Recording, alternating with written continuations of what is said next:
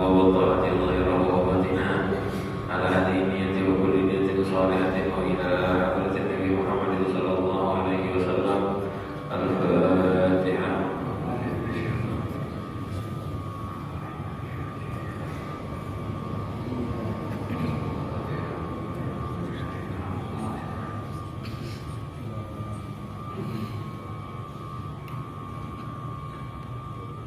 Bismillahirrahmanirrahim.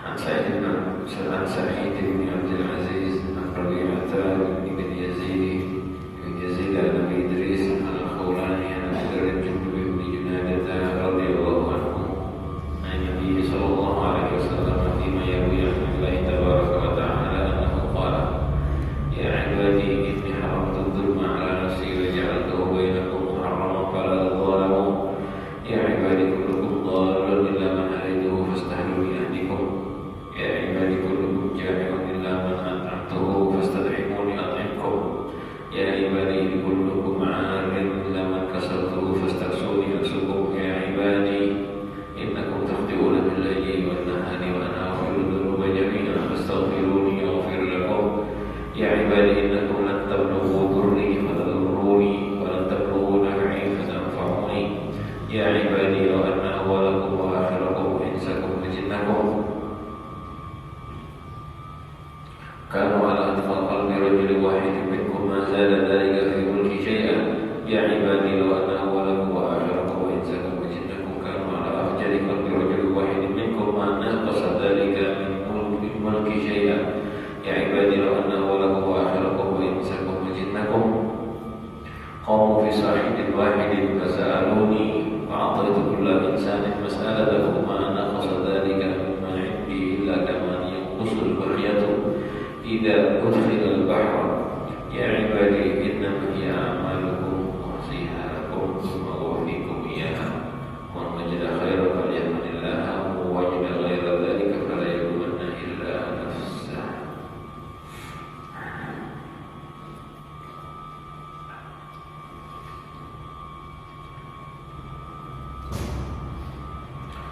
Alhamdulillah wa syukurillah wa ni'matillah. Kembali kita berkumpul bersama-sama melanjutkan pembacaan kitab Riyadhus Shalihin. Kita sampai hadis 17 atau hadis terakhir di bab mujahadah. Hadis qudsi Allah Subhanahu wa taala berfirman, sudah kita baca sebagian riwayatnya. Ya ibadi inni haramtu dzulma 'ala nafsi wa ja'altuhu bainakum muharraman fala tadhalamu. Wahai hamba-hambaku, aku mengharamkan kezaliman akan diriku dan aku jadikan kezaliman haram di antara kalian, maka janganlah saling menzalimi. Ya ibadi kullukum dhalun illa man hadaituhu fastahduni ahdikum. Wahai hambaku, semua kalian itu tersesat kecuali yang aku beri hidayah, maka mintalah hidayah kepadaku. Ahdikum, aku akan beri kalian hidayah. Ya ibadi kullukum jami'un illa man at'amtuhu fastad'imuni at'imkum. Wahai hambaku, kalian semua lapar kecuali orang yang aku beri makan, maka mintalah makan kepadaku, aku akan beri kalian makan. Ya ibadi kullukum 'arin illa man kasawtuhu wastaksuni aksukum. Wahai hambaku, kalian semua tidak berpakaian kecuali yang aku beri, maka mintalah pakaian kepadaku, aku akan beri kalian pakaian. Ini bagian yang sudah kita baca bersama-sama minggu kemarin. Jadi segala hal mintalah kepada Allah. Hidayah tidak ada lain datangnya dari Allah Subhanahu wa taala, bukan dari manusia. Bahkan Nabi pun bilang bukan dari dirinya. Nabi diajarkan oleh Allah Subhanahu wa taala, "Qul innama anta mudzakir, lasta bi musaytir." Fadzakir innama anta mudzakir. Muhammad, ingatkan, tugas kamu mengingatkan, bukan yang mengatur. Nabi pun begitu. Beliau sambil menyampaikan, sambil sadar diri bahwa saya tugasnya mengingatkan, bukan mengatur. Hidayahnya dari Allah Subhanahu wa taala, maka mintalah hidayah kepada Allah. Urusan rezeki juga seperti itu, makan, minum, pakaian, minta kepada Allah, bukan dari siapapun. Kerja wasilah, tapi pemberinya hanyalah Allah. Lalu dilanjutkan, ya ibadi innakum tukhti'una bil laili wan nahari. Wahai hambaku, kalian berbuat salah. Berbuat salah artinya berbuat dosa. Bil laili wan nahar, siang dan malam.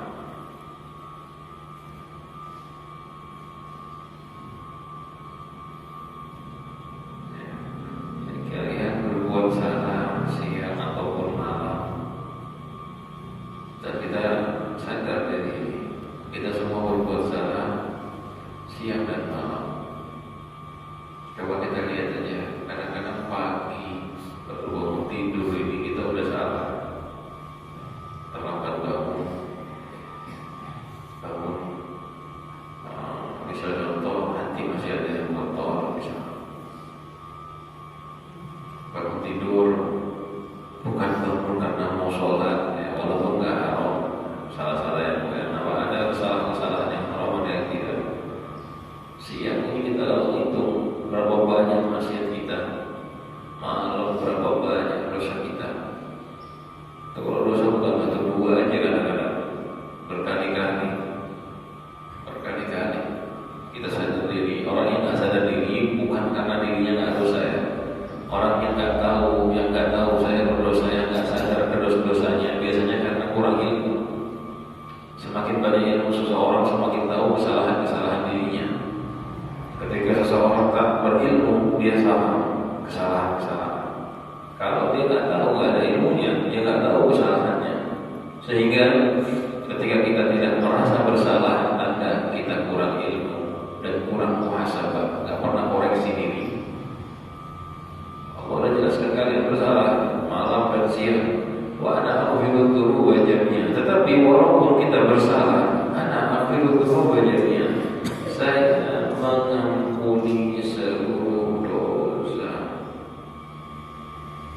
Qul ya ibadiyalladzina asrafu ala anfusihim la taqnatu min rahmatillah. Muhammad, sampaikan kepada hamba-hambaku yang kelewat batas atas diri mereka, artinya dosanya sudah kelewatan. La taqnatu min rahmatillah, innallaha yaghfiru dzunuba jami'an, innahu ghafurur rahim.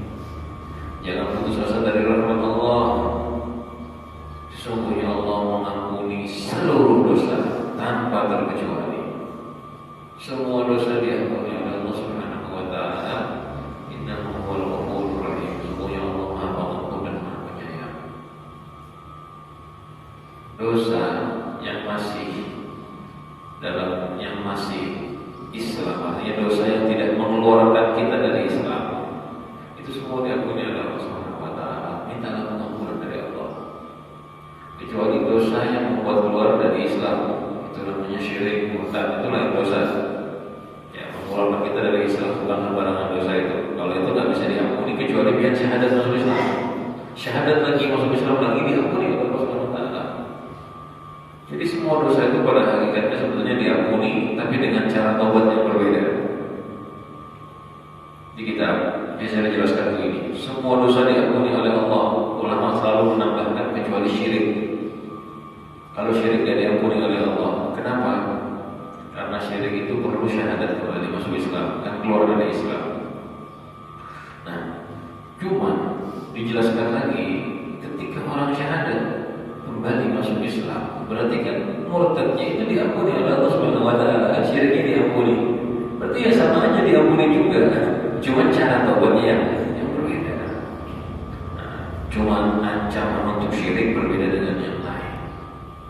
Dan syirik itu artinya menyekutukan Allah, itu loh syirik. Bukan ziarah, bukan amalia agama yang bid'ah itu tidak mensyirikkan. Ya kan sering kita dengar bid'ah itu tidak mensyirikkan. Memang ada bid'ah yang mensyirikkan, bid'ah yang menyembah selain Allah. Kalau cuma ziarah ke tempatnya orang soleh, Kita nggak menyembah kubur kan, kita nyembahnya Allah. Itu nggak bikin syirik. Nggak bikin syirik. Sunnahnya Rasul itu malah Rasul mengatakan zuhur kubur, kecuali dia ziarah ke kuburan. Ziarah ke kuburan minta nomor, ziarah ke kuburan minta apakah ada amalia-amalia tertentu, mengisi apa istilahnya di ziarah ke kuburan, bawa keris, minta isikan keris sama yang kubur. Nah ini bid'ah, baru bisa dibilang bid'ah karena bukan ziarah yang diajarkan Rasul. Kalau ziarah yang disuruh Rasul kan berdoa. Kalau ini bukan berdoa, ini melakukan hal-hal yang buruk, haram, nggak murtad, nggak syirik. Yang bawa aneh-aneh itu nggak syirik dia, kecuali di hatinya dia meyakini kuburan ini bisa membawa manfaat sampai mengalahkan Tuhan. Kecuali kuburan ini bisa memanfaat tanpa izin Tuhan, baru itu bisa membuat kafir. Itu pun begini, jangan nggak harus kuburan. Sampai ngomong sama orang, bapak ini bisa menolong saya, walaupun Tuhan nggak mau, murtad sampai ngomong kayak gitu. Nggak harus kuburan.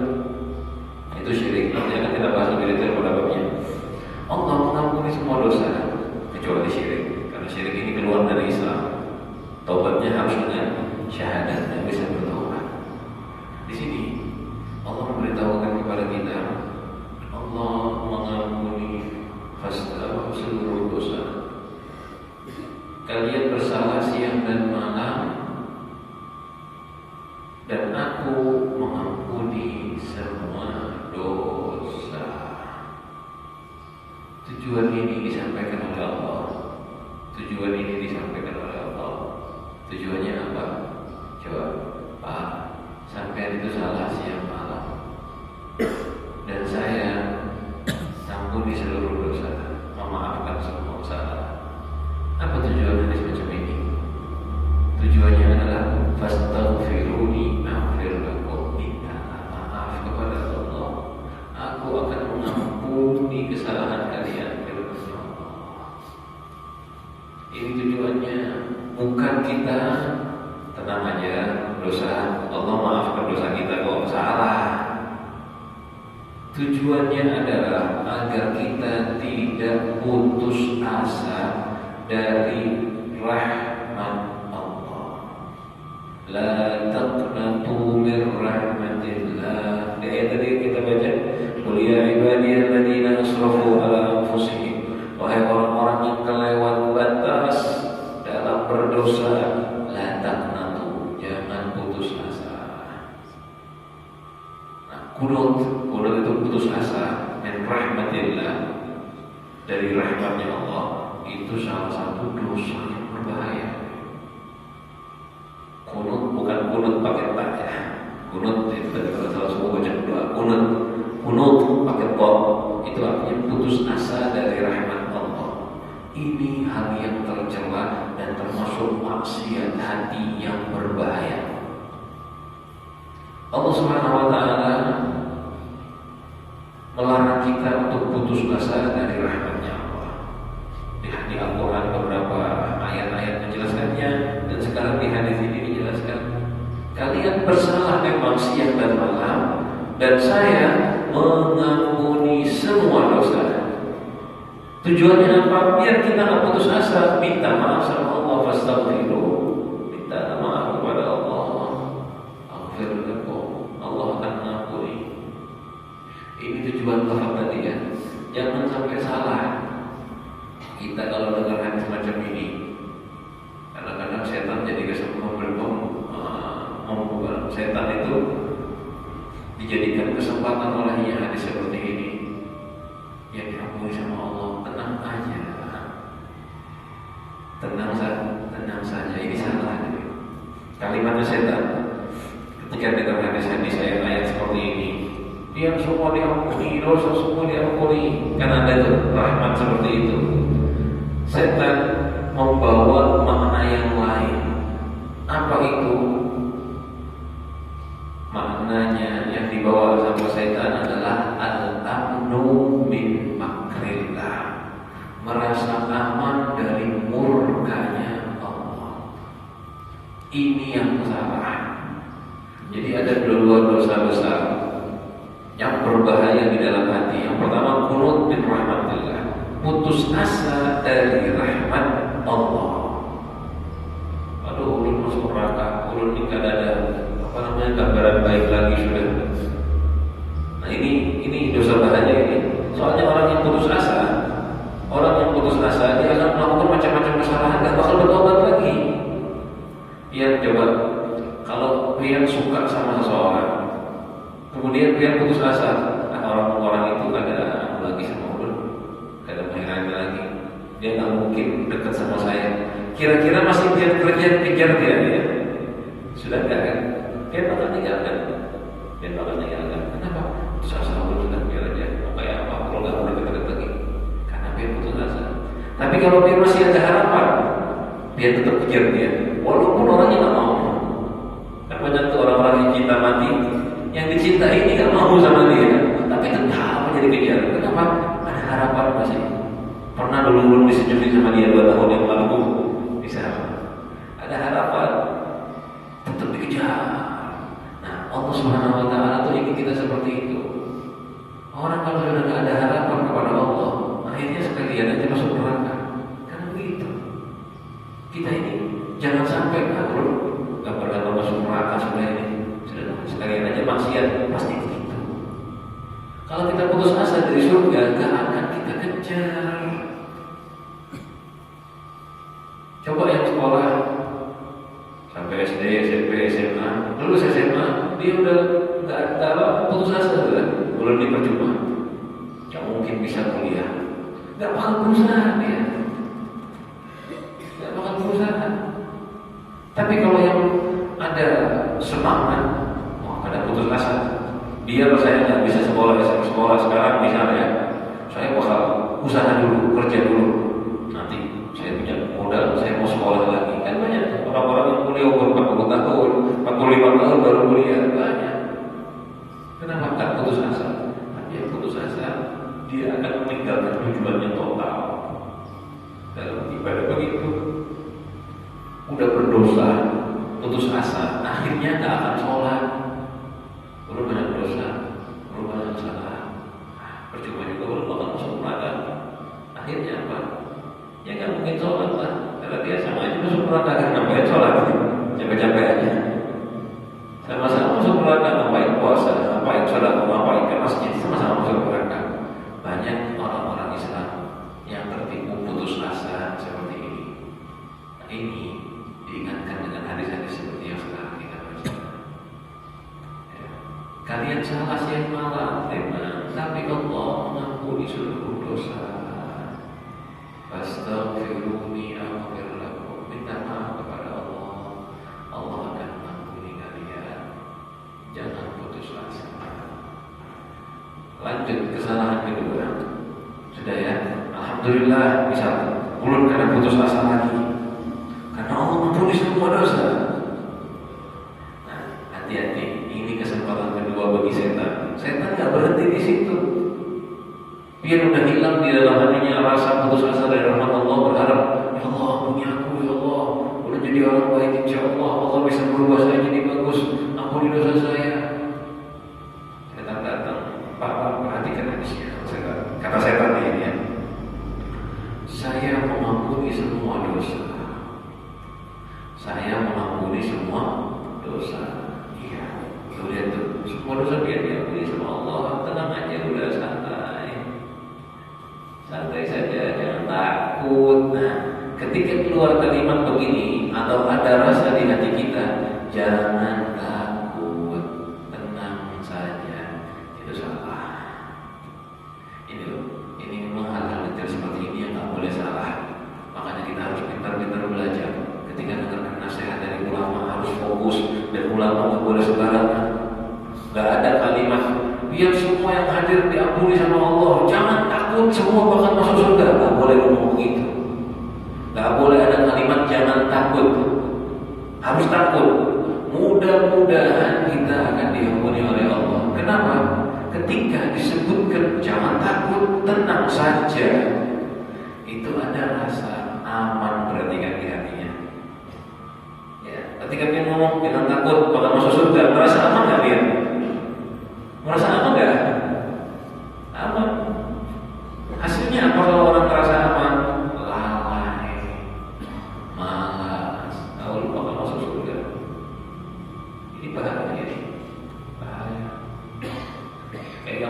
ini. Contohnya, misal mau ujian, semua pernah ujian, ada ujian sekolah maksud saya. Anak-anak yang merasa ulun nggak bisa ujian ini, ya putus asa itu ya. Yang merasa ulun nggak bisa ujian ini, ulun bakalan gagal bahkan nggak lulus. Kira-kira belajar nggak mereka? Ulun nggak bisa, bakalan gagal ulun, nggak mungkin belajar, putus asa. Ulun percuma aja belajar, nggak paham. Akhirnya nggak belajar, nilainya jelek. Sebagian lagi yang merasa paham, oh ulun tenang aja, ulun ahli di bab ini, belajar nggak? Nggak belajar juga. Nah ini yang merasa aman dari murkanya Allah. Nggak belajar juga, ujung-ujungnya pas ujian, pas dia datang, karena dia nggak belajar ternyata banyak kesalahan yang dia lewati. Oh ada ini juga tuh. Nah ini di mana nih? Kok nggak tahu? Itu contoh gambarannya. Ini kita dalam menyembah Allah yang merasa putus asa, bahkan banyak maksiat. Cuma juga udah ibadah, udah banyak dosa. Putus asa, bakal lalai juga. Nah yang merasa udah benar, udah baik, udah calon masuk surga ini. Ini yang seperti ini bakalan salah-salah juga. Orang yang merasa dirinya sudah tidak ada salah, orang yang merasa dirinya sudah hebat, dia bakal tenang, bakal merasa aman. Ketika merasa aman, saat itulah dia bakal lalai. Ya, yang pernah punya anak-anak atau yang merasa pintar, anaknya pintar, tapi merasa aman.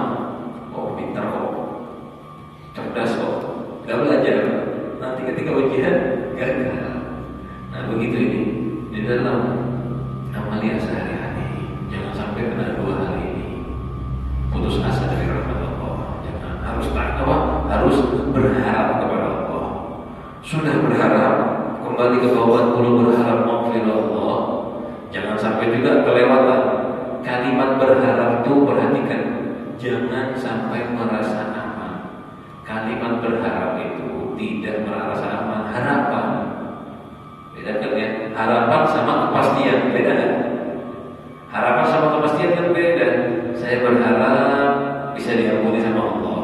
Saya pasti diampuni oleh Allah. Beda kan? Saya berharap bisa mendapatkan hasil yang bagus dari ujian. Saya berharap bisa dapat untung yang banyak dari pekerjaan. Itu kan harapan, belum kepastian. Kapan pastinya? Selesai ujian, selesai gajian, baru pasti itu dapat untung. Nah kita begitu, saya berharap masuk surga. Kapan pastinya? Nanti setelah masuk surga. Jadi jangan merasa aman terlebih dahulu. Pastikan dulu biar masuk surga. Kalau kita belum selesai sudah merasa aman, ini bahaya. Nah, ingat dua hal ini. Ini yang sering dilupakan. Ini yang sering dilupakan. Kebanyakan dari kita itu yang merasakan aman, apa yang tidak putus asa dari rahmat Allah Subhanahu wa taala, larinya ke merasa aman dari murkanya Allah. Apalagi kita baru belajar, terus dikit-dikit dengar nasihat, tausiah, aman. Umat Rasulullah masuk surga. Allah Maha Pengampun dan Maha Penyayang. Itu betul untuk bawa harapan. Tapi kalau bikin merasa aman, ringkasnya berharaplah kepada Allah, berharaplah kepada rahmat Allah, tetapi jangan sampai merasa aman dari murka Allah. Itu kunci hidup kita. Berharaplah rahmat Allah, kasih sayang Allah, pengampunan Allah, tetapi jangan sampai merasa aman dari murkanya Allah, adabnya Allah. Ini yang disampaikan oleh Tuhan kita kepada kita. Kamu berbuat dosa, tapi aku mengampuni kalian. Mintalah ampun kepadaku. Ini bahasa kan sayang sekali. Allah itu sayang, rahmat sekali. Pernah nggak sampai ketemu sama makhluk siapapun orangnya, ngomong, ya itu salah terus.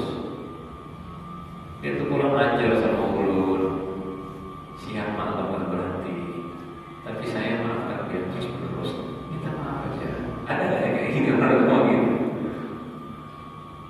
Kalaupun ada biasanya cuma di mulut aja, manis-manisan aja. biar kita jadi orang tua. Ada nggak yang kayak gini sama anak? Biar yang jadi orang tua, ada nggak yang kayak gini sama anak? Dengan sungguh-sungguh memaafkannya, habis maaf lupa. Ada nggak yang kayak gitu? Kita ini sama anak sendiri, anak salah. Ya biasanya orang tua pasti memaafkan. Cuma kalau udah anaknya tambah besar, salah terus tiap hari, biar maafkan, tapi masih ingat. Kadang-kadang maafkannya tak langsung. Nanti dulu. Apalagi kalau kesalahannya kelewat batas, gimana kita sebagai orang tua? Kita orang tua aja kadang-kadang belum bisa seperti ini. Memang gak akan ada yang mampu kecuali Allah kepada makhluknya. Ketika Allah memaafkannya kemarin itu yang lewat sudah gak ada yang diungkit sama sekali. Kalau kita kan salah sama orang dimaafkan. Ini anaknya sama orang tua minta maaf pasti dimaafkan sama orang tuanya. Pasti dimaafkan, tapi kalau salah lagi yang kemarin diungkit. Ini udah salah baru minta maaf, kenapa salah lagi? Kan begitu. Allah tidak ada seperti itu kepada makhluknya. Ya ada. Kitanya aja yang kurang ajar yang nggak sadar diri. Allah terrahmat dan kasih kepada kita semua.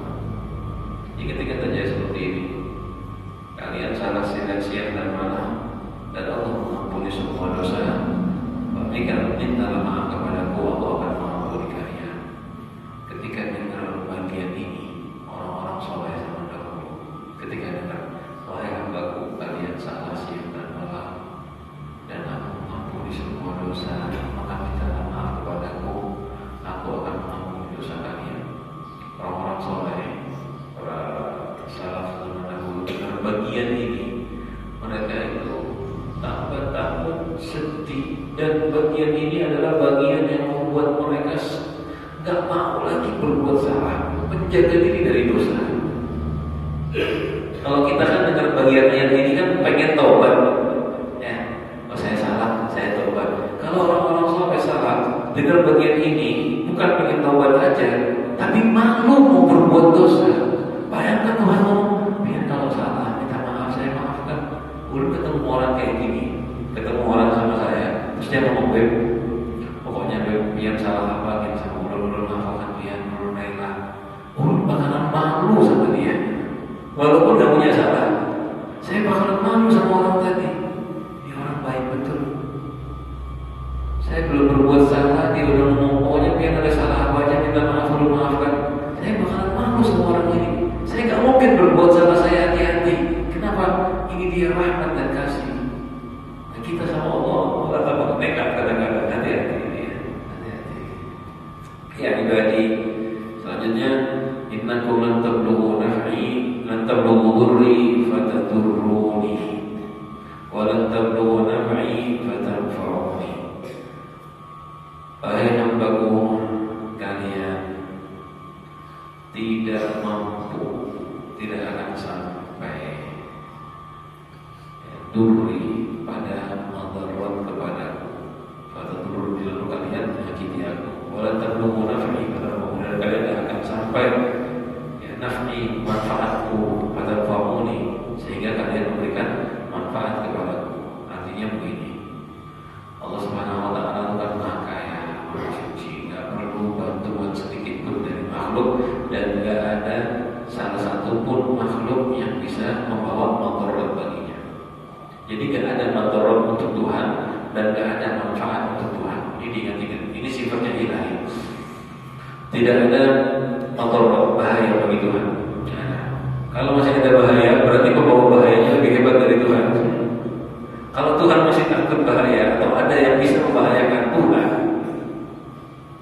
ini bukan Tuhan namanya. Yang memberi bahaya berarti lebih hebat. Dan Tuhan tidak bisa dapat manfaat. Bukan tidak bisa dapat manfaat, tidak ada yang bisa memberi manfaat kepada Tuhan, karena Dia mencipta segalanya. Kalau ada yang bisa memberi manfaat, itu hebat. Kalau yang sehari-hari mungkin ini, ayo kemana-mana, kadang-kadang ada kiasan-kiasan kalimat, ya, jangan mengganggu Tuhan, bisa, ya, jangan mengganggu Tuhan di rumahnya, itu kiasan saja, tidak ada manusia yang bisa mengganggu. Kayak sodakoh untuk Allah, tidak ada sodakoh buat Tuhan. Kalimat untuk Allah itu ikhlas karena Allah, itu permainan kata-kata saja, tapi tidak ada madarat untuk Tuhan dan tidak ada kebalikannya manfaat. Gak ada madarat dan gak ada manfaat untuk Tuhan. Sehingga Allah mengatakan kalian gak bisa memberi madarat dan gak bisa memberikan manfaat. Itulah Tuhan kita. Jadi kita yang bisa, hanya kita yang dapat madarat, hanya kita yang bisa dapat manfaat daripada Tuhan kita. Dan manfaat yang diberikan oleh Allah Subhanahu wa taala menutupi seluruh madarat yang ada. Jadi kita ini diciptakan oleh Allah bukan membawa manfaat, membawa madarat untuk Tuhan, tetapi suruh mengambil manfaat dari Allah dan berlindung dari bahaya yang diciptakan oleh Allah Subhanahu wa taala. Ini jelas. Jangan sampai kira kita bisa jadi Tuhan, tidak bisa. Itu sudah jelas ya. Tuhan ini bukan sembarangan. Wala ya ibadi law anna awwalakum wa akhirakum, wahai hambaku, seandainya awal kalian, wa akhirakum dan akhir kalian, artinya orang yang sudah lewat dan yang akan datang, wa insakum wa jinnakum, baik dari manusia ataupun jin. Jin ini makhluk yang tak kelihatan. Kanu ala atqa qalbi, mereka semua itu ala berada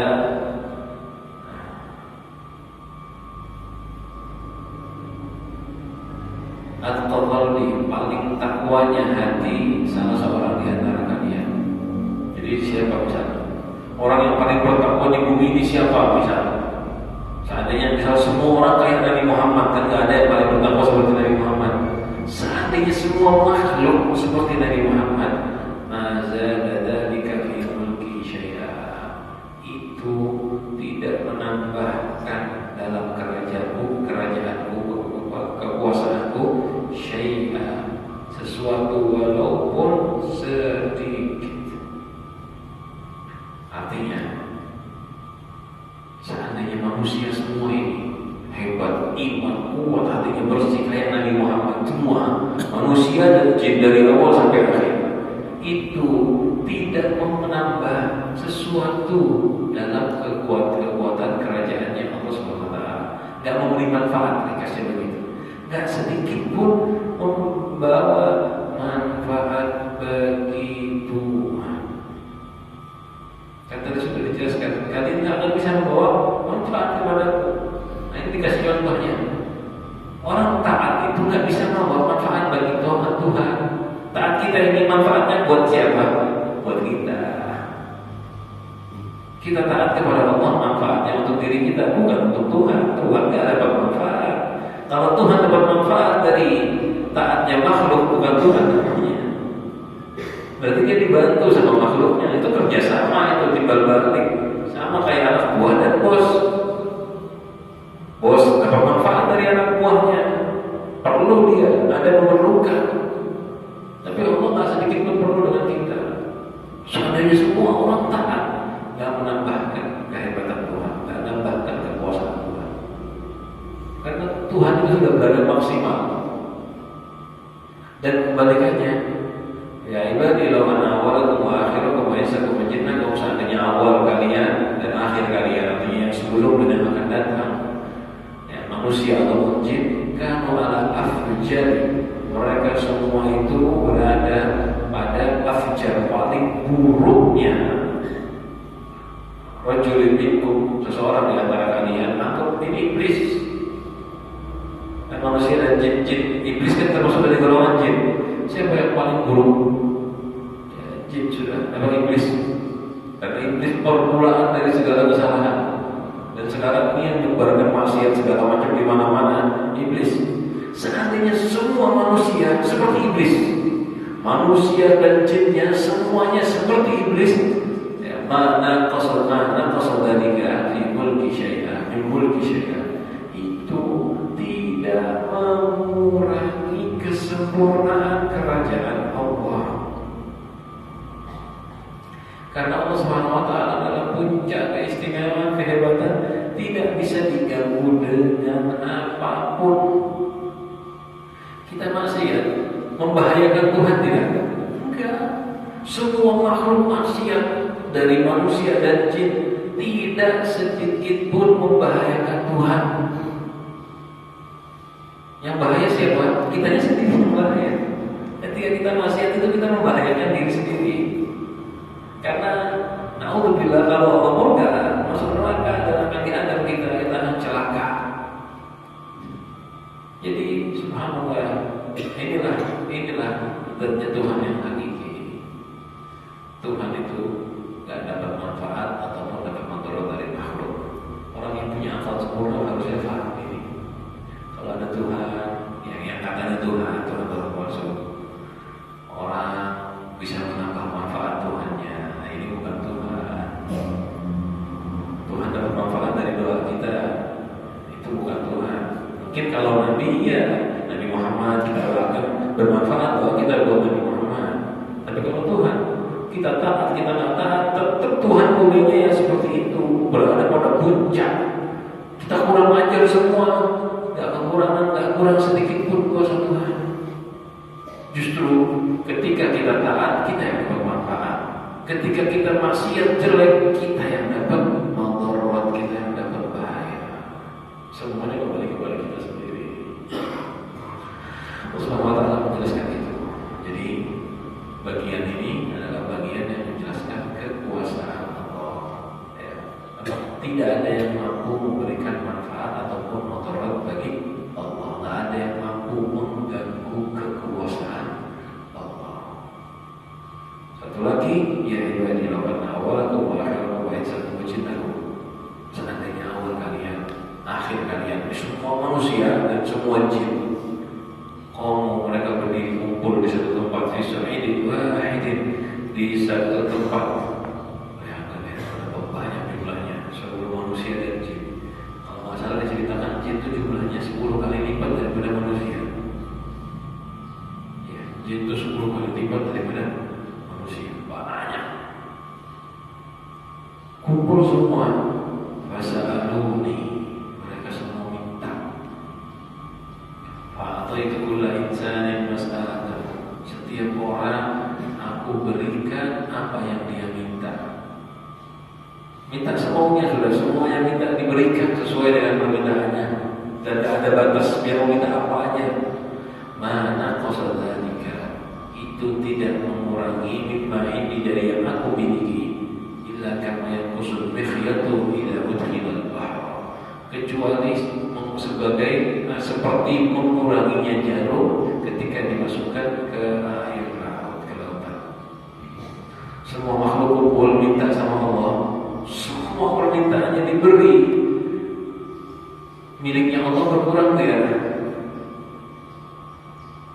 Tidak ada yang kurang.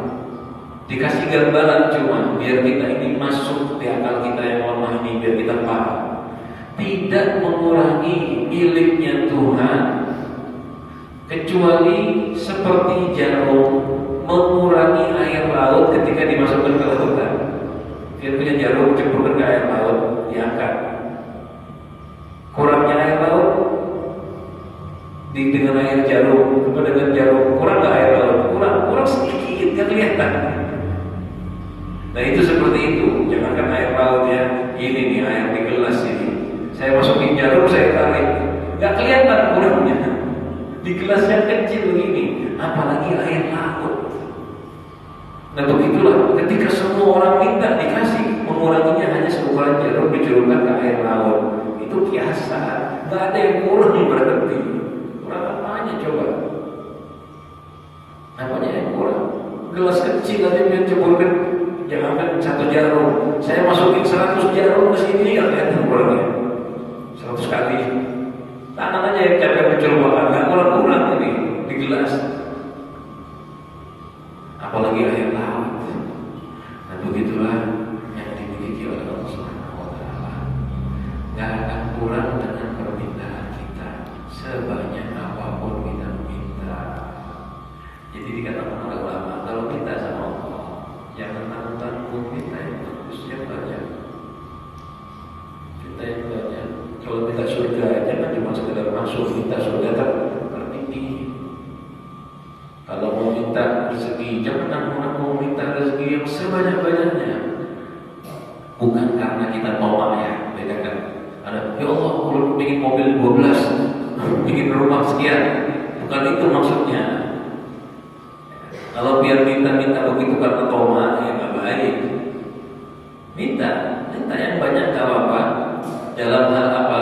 Dalam rangka Allah Subhanahu Wa Taala itu Maha Kaya. Ya Allah, beri saya rezeki yang lancar, yang mudah seperti air laut, kata ulama biasanya begitu. Tujuannya bukan kita mau syahwat, bukan. Bedakan ya, permintaan karena syahwat itu kurang baik memang. Permintaan karena syahwat kurang baik. Cuman jangan sampai tidak meminta karena takut miliknya Allah berkurang. Nah, ini yang baru jelek. Minta kepada Allah jangan takut yang dimiliki Tuhan gak akan berkurang. Biar minta pengampunan gak akan mengurangi kekuasaan Allah. Nah, lebih bagus minta kepada akhirat. Minta. Jangan takut. Jadi dalam bab kepemilikan Allah, kekuasaan Allah yang begitu besar, jangan takut ada kekurangan. Cuman di bab to'ah kita tahu apa keadaan hati kita. Ini yang biar minta ini karena to'ah atau karena doa. Gak apa-apa, ya Allah, aku pengen pesawat. Padahal tahu udah perlu pesawat, cuma minta aja sama Allah. Misalnya ada orang minta, ya Allah, aku pengen pesawat, ya Allah, aku pengen mobil 20 buah, ya Allah, yang harganya 1 miliaran, ya Allah, aku pengen rumah 1 hektar, ya Allah, ada 20 lagi rumahnya, ya Allah. Misal, ini minta kayak gini bagus kan? Kalau karena to'ah nggak bagus. Cuman kalau karena minta, saya tahu, saya nggak perlu itu, cuma saya minta. Tujuan saya, kan nggak mungkin tuh saya dapat itu semua. Saya nggak perlu itu semua, jadi saya nggak mungkin dapat itu. Biar digantikan pahala oleh Allah. Paham ya? Jadi tujuannya bukan rumahnya, tujuannya karena setiap kita doa itu dikasih pahala seukuran yang kita minta. Jadi biar saya dapat pahala seukuran yang saya minta. Allah pengen rumah besar seperti kota Banjarbaru, nggak mungkin dapat dia. Pengen rumah besarnya seperti kota Banjarbaru, ada yang punya rumah kayak gini? Nggak ada. Cuma minta. Bisa nggak Allah ngasih? Bisa. Saya bukan pengen rumah begitu. Buat apa rumah sebesar ini capek? Buka pintu ke ruang tengah pakai kendaraan nanti. Nggak sampai-sampai. Karena rumahnya besar. Nggak perlu ini. Cuma berharap dikasih pahala sebesar itu oleh Allah Subhanahu Wa Taala. Bisa. Nah kayak gini nggak apa-apa. Ya tapi daripada biar minta harta. Kalau kepengen pahala, minta aja, ya Allah berikan saya pahala sebesar gunung Uhud, kan gitu. Ya Allah beri saya pahala seperti bumi dan seisinya. Nah, itu lebih aman daripada biar ya Allah beri saya rumah sebesar kota Banjarbaru. Kenapa Pak? Pengen rumah besar gitu? Ada kan? Udah pengen pahala sebesar Banjarbaru. Dia usah nyebut rumah. Langsung aja. Ya Allah minta pahala sebesar kota Banjarbaru, kan lebih mudah. Seakan-akan begitu kan ulama. Tapi ini yang saya sampaikan tadi cuma contoh. Seandainya dia minta, nggak ada masalah. Tapi lebih bagus langsung sebut aja pahalanya. Kalau ada hajat dunia, minta sama Allah, nggak ada masalah, nggak dosa ya. Lihat semua perlu hajat dunia. Kepengen sepeda motor, kepengen mobil, kepengen rumah, minta sama Allah. Ya Allah, saya kepengen rumah. Ya Allah, saya kepengen ini. Minta kepada Allah Subhanahu Wa Taala, akan diberi. Dan itu nggak ada masalah. Yang penting yang pertama, ya ibadi innama hiya a'malukum. Ya ibadi, itu semua adalah amal kalian. Halakum, aku yang menghitungnya, aku yang menjaganya. Tsumma uwaffikum iyyaha, lalu akan aku berikan balasan dari amal kalian. Jadi yang kita kerjakan ini nanti di akhirat Allah menunjukkan itu amal kalian. Nanti di akhirat Allah akan kasih balasan. Man wajada khairan falyahmadillah. Barang siapa yang mendapati hasilnya bagus, bersyukur kepada Allah, alhamdulillah hasilnya baik. Man wajada ghairan dzalika, barang siapa yang mendapati hasilnya tidak bagus selain baik. Sebab di akhirat kan amalnya dikasih oleh kita sendiri kan, kerjaan kita sendiri. Kalau nggak didapati baik, pada yang mana illa nafsah, jangan salahkan kecuali dirinya sendiri. Jangan salahkan orang lain, salahkan diri sendiri. Kenapa nggak bagus? Kalau dapat baik, syukur kepada Allah, alhamdulillah, ini taufik ini Allah. Kalau dapat jelek, salah diri sendiri, salah kita sendiri. Jangan salahkan orang lain, jangan salahkan siapapun.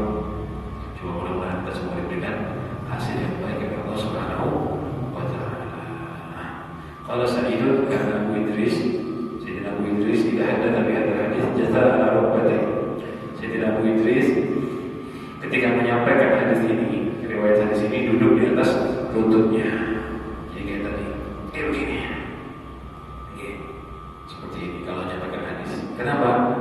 Karena ta'zim penghormatan untuk hadis ini. Kalau bisa menyampaikan, makanya kita kalau baca hadis ini sebetulnya saya duduknya seperti ini. Cuman kalau nggak kuat tengah-tengah gini keram kaki ganti posisi nggak apa-apa. Cuman di awal menyampaikan seperti ini sunnah, bukan sunnah, ta'zim penghormatan. Dan Muhammad bin Hanbal mengatakan laisa li ahli Syam haditsun asyrafu min hadzal hadits. Tidak ada bagi ahli Syam hadis yang lebih bagus, lebih mulia daripada hadis ini. Ini hadis ini yang kita baca tadi, yang saya baca baru sebagian penafsiran dari ulama, belum penafsiran lengkapnya. Dulu para sahabat kalau menyampaikan hadis ini bisa sampai berminggu-minggu karena mulianya hadis yang disampaikan ini, fadilahnya dan keistimewaannya. Mudah-mudahan kita dijadikan orang yang selalu kembali kepada Allah, memohon Allah tidak putus asa dari rahmat